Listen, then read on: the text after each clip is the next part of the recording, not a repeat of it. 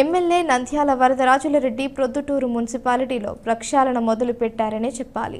గురువారం ఉదయం municipal కార్యాలయంలోని commissioner chamber నందు మున్సిపల్ అధికారులతో ఎమ్మెల్యే వరద సమీక్ష సమావేశం ఏర్పాటు చేశారు. అవినీతి అధికారులు ఎవరన్నది తమకు తెలుసునని, ఇప్పటికైనా తీరు మార్చుకోకపోతే చర్యలు తప్పవని తీవ్రంగా హెచ్చరించారు. ఏసీపీ మునిరత్నంపై ఎమ్మెల్యే వరద ఆగ్రహం వ్యక్తం చేస్తూ శానిటరీ ఇన్స్పెక్టర్ కిరణ్ తన పనితీరు మార్చుకోవాలని గట్టిగా సూచించారు.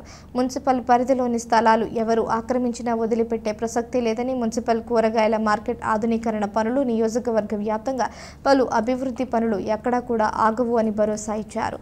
పారిశుద్ధ్య విభాగంలో పనిచేస్తున్న వారు ఇతర శాఖలలో విధులు నిర్వహించకూడదని హుకుం జారీ చేస్తూ గురువారం సాయంత్రానికల్లా ఎవరి విధుల్లో వారు చేరాలని అన్నారు. అలా కాని పక్షంలో తగు చర్యలు తీసుకోవాలని మున్సిపల్ కమిషనర్కు ఎమ్మెల్యే వరద ఆదేశించారు. తెలుగుదేశం పార్టీ ప్రభుత్వం ఏర్పడి ఇప్పటికి వారం రోజులు అయిపోయింది. ప్రభుత్వం అధికారపూర్వకంగా ముఖ్యమంత్రి చంద్రబాబు నాయుడు గారు ఈ నెల 12వ తేదీన ప్రమాణ స్వీకారం చేస్తాము. మంత్రివర్గం కూడా పూర్తి స్థాయిలో ఏర్పాటైంది. మంత్రులు ఇంకా ఛాంబర్లోకి చేరుకొని పరిపాలన మొదలు కాలే. కాబట్టి తెలుగుదేశం పార్టీ ఎక్కడ కూడా అవినీతి రహితమైన పాలన అందించాలనేది ప్రభుత్వ ఆదేశం.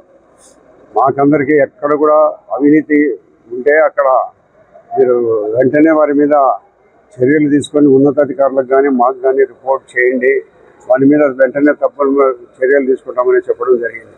కాబట్టి ఈరోజు మున్సిపాలిటీలో చాలా కాలం నుంచి కొంతమంది గతంలో ఉండబడిన అధికార పార్టీ వాళ్ళు ఇది ఒక సొంత ఎస్టేట్ లాగా వాడుకున్నారు. విచ్చలవిడి అవినీతి జరిగిపోయింది. ఇక్కడ లక్షల కోట్ల రూపాయలు తినేసినారు. కాబట్టి ఇప్పటి నుంచి నిజాయితీ గల ప్రభుత్వాన్ని పరిపాలన అందించాలని మున్సిపల్ అధికారులకు అందరికీ సమావేశం పెట్టి చెప్పడం జరుగుతుంది. ప్రజల కోసం ఏర్పాటైన ఈ ఆఫీసు ప్రజలను గౌరవించండి, ప్రజలను వస్తే కూర్చోబెట్టండి, వారికి కావాల్సిన పేపర్ 2 రోజుల 3 రోజుల ఇవ్వండి, ఇంటి ప్లాన్ ఒక వారం 10 రోజులు అప్రూవల్ చేసి ఇవ్వండి. మీరు వాళ్ళ దగ్గర డబ్బు కోసమని రకరకాలైన పనులకు వచ్చే ప్రజలను మీరు హింసించవద్దు.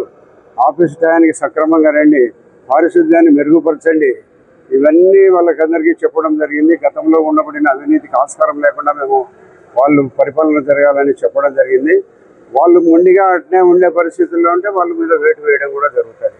కాబట్టి ఈ ప్రభుత్వంలో ప్రొద్దుటూరులో ప్రత్యేకించి ఎక్కడ కూడా అవినీతికి ఆస్కారం లేని ప్రభుత్వము.